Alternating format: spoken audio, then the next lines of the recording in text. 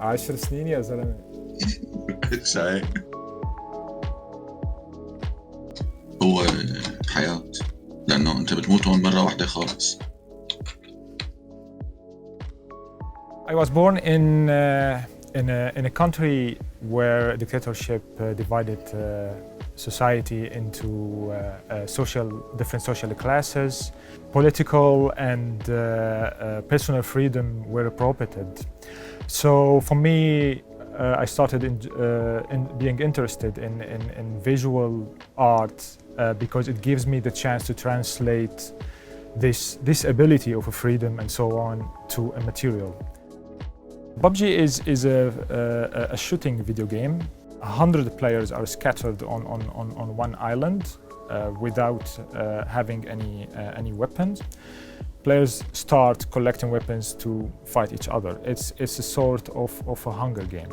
In a way, this game blurs the line between what is actual and what is virtual, and in this case, actual war and virtual war.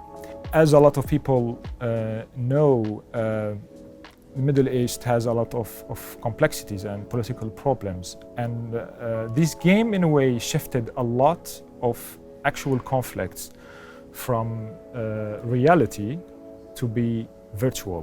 People sometimes try to mimic the reality that they live in, and they try perhaps to escape to another virtuality that looks like their own reality, which become a reality.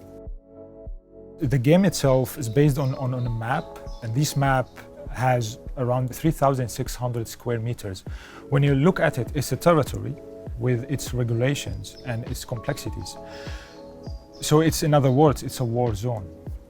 I started visiting this platform in order to make screenshots. Meanwhile, thinking whether this type of act could be considered as making images.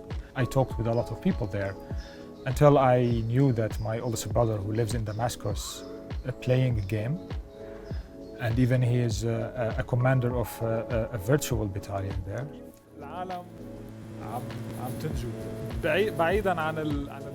The game offered me somehow, in a strange way, meeting with my oldest brother, who I didn't meet since 10 years ago. So the whole work shifted to focus on one main thing: what will happen if we will meet online? The game wasn't designed for this purpose, and it wasn't designed for meeting beloved one. The meeting hacked the algorithm of the game. The difference between having a Zoom call and playing a game with beloved one is totally different, because in the Zoom call you just see the face of the person, whereas in a video game like Pubg, there is a bodily manifestation. Meeting up with my brother was tricky because video games offer this neurological immersion. It distracts the fact whether this is real or whether it's not. So it felt, for me at least, from personal perspective, that we met, but we didn't meet. Becoming a Ghost is based, as a title and as an idea, on Derrida's deconstructive notion of ontology, which replaces the priority of being and the presence with the form of a ghost. The ghost is always functioning between two binaries, as I mentioned, like life and death, and the presence and absence. And in our case here in the video games, which is functioning between two binaries like actuality and virtuality. So it's there, but it's not there. And I think if I will connect it to the work that I have done, I don't know whether I met my brother or not.